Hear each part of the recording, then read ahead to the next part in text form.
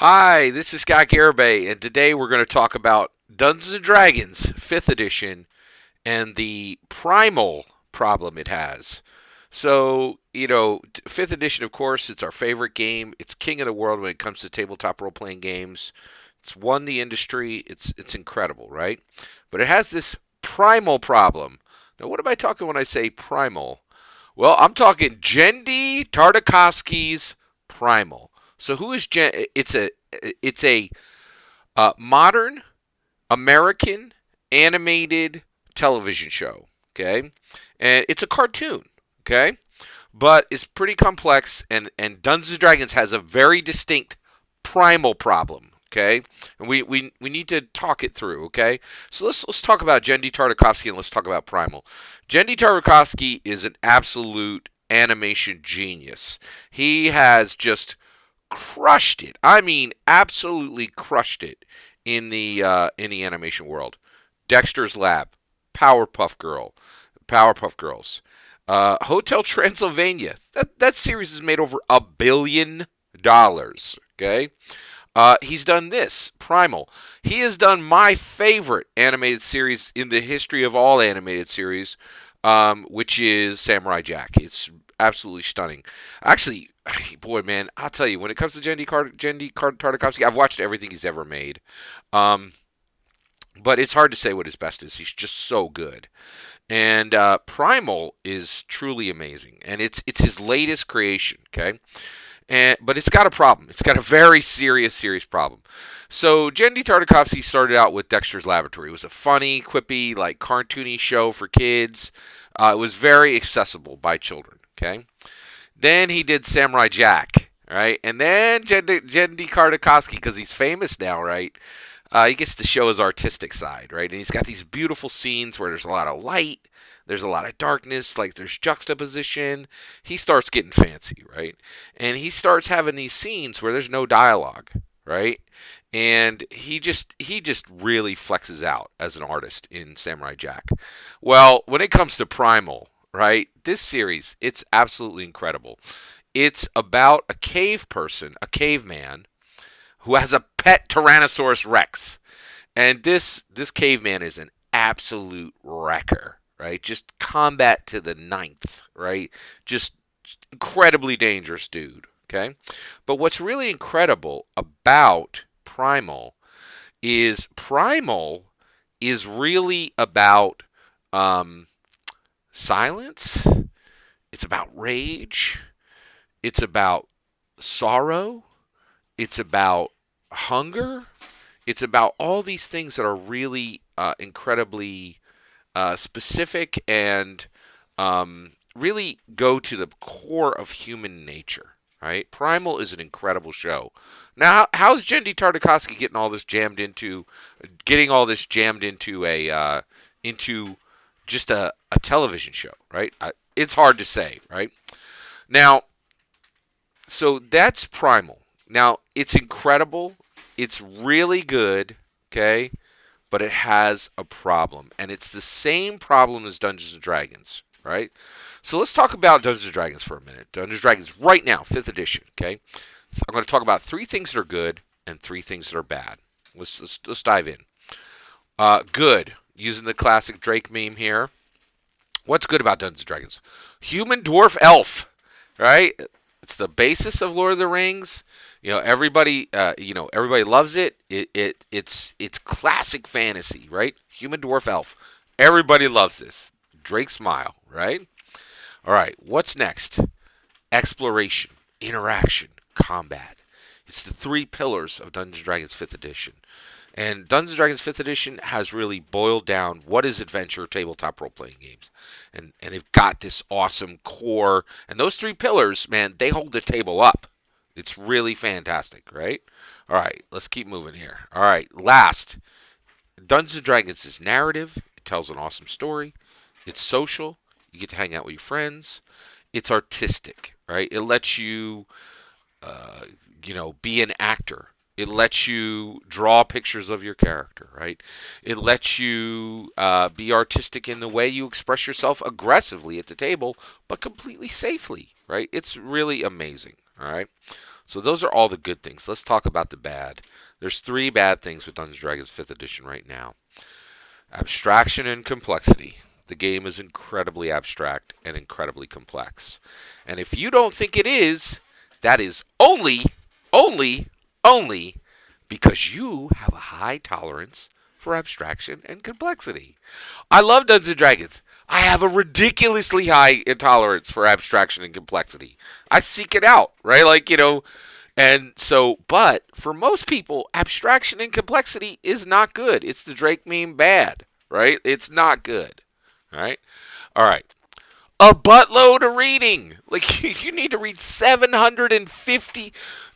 Dungeons & Dragons is an invitation to read 3,000 pages of content. 750 if you're even going to be decent at it, right? Like, come on. What DM hasn't read the PHB, the DMG, and the MM? I'll tell you one. A bad one, right? Like, come on. Because the way the game's structured right now, it's a buttload of reading. That is not good, okay? All right. Historical baggage. The game's got some historical baggage, man. It really does, right? Some of the first editions, there's some problems in there. It didn't really inclusivity, just a lot of historical baggage, right? And right now, Dungeons & Dragons 5th edition is doing what they can to fix it, but it's not fast enough to make Twitter happy, right? So those are all issues. So where does this land? What is the primal problem? Okay. Well, I'll tell you what the primal problem is. Okay.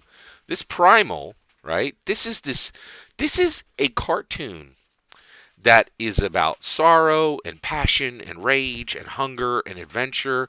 There are no words in it.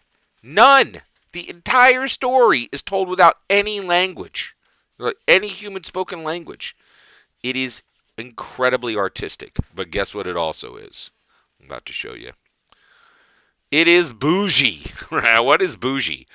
That means it's marked by a concern for wealth, passion, and respectability. Now, and actually, Genndy Tartakovsky is quite wealthy, right? He has a lot of possessions, and he is definitely seeking respectability. I think he's really flexing artistically, but Primal is so inaccessible to most people. The vast majority of cartoon watchers will never see Primal, right?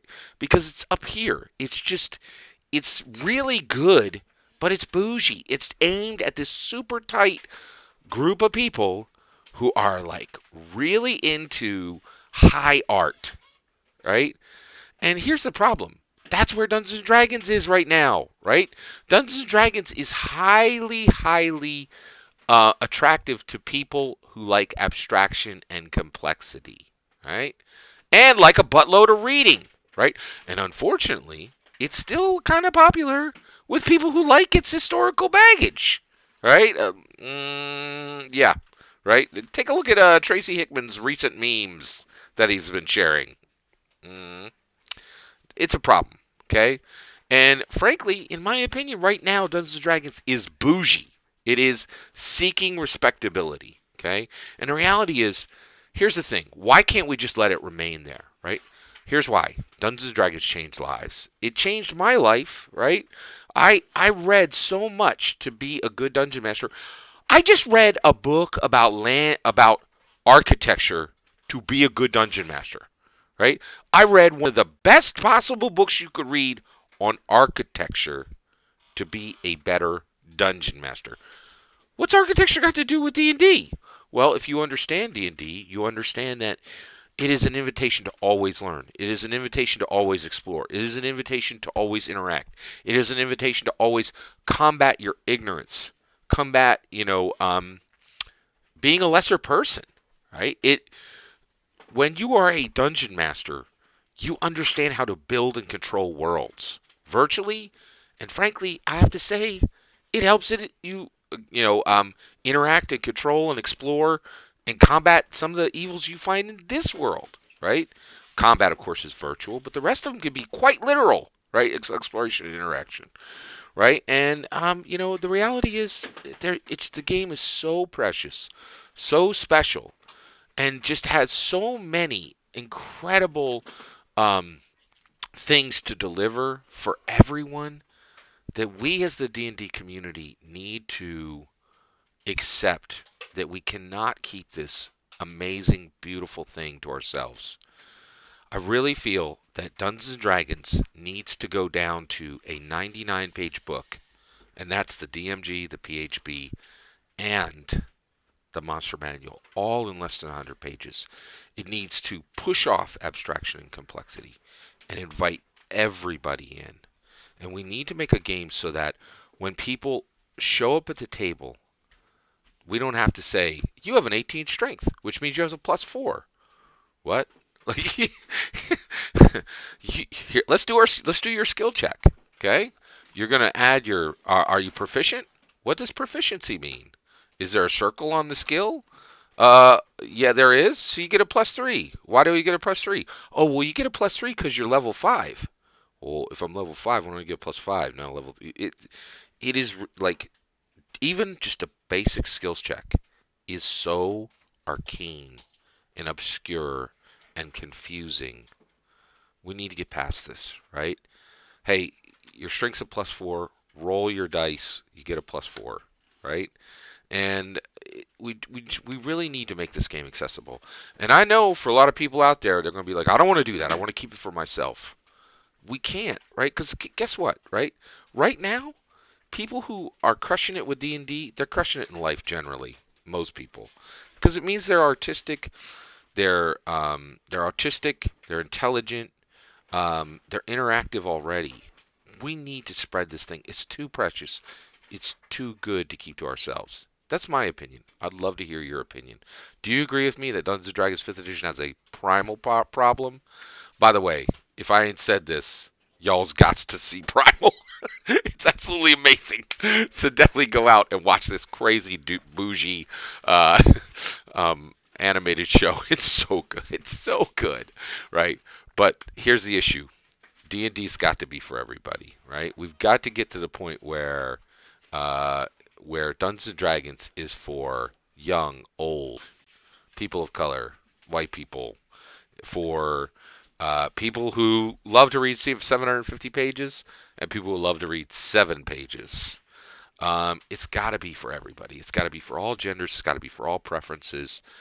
And we can't keep this to ourselves. And the abstraction and the complexity in the game, it makes it small. Okay, it makes the industry $125 million a year. There are yachts that cost more than that. We need to push this out to the world. We need to stop being selfish with this and make sure that this game is truly inclusive. And guess what?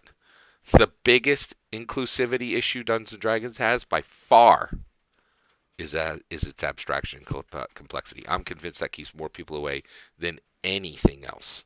All right, but I'd love to hear your thoughts. Let me know in the comments below. Please consider liking and subscribing, and have a wonderful millennium.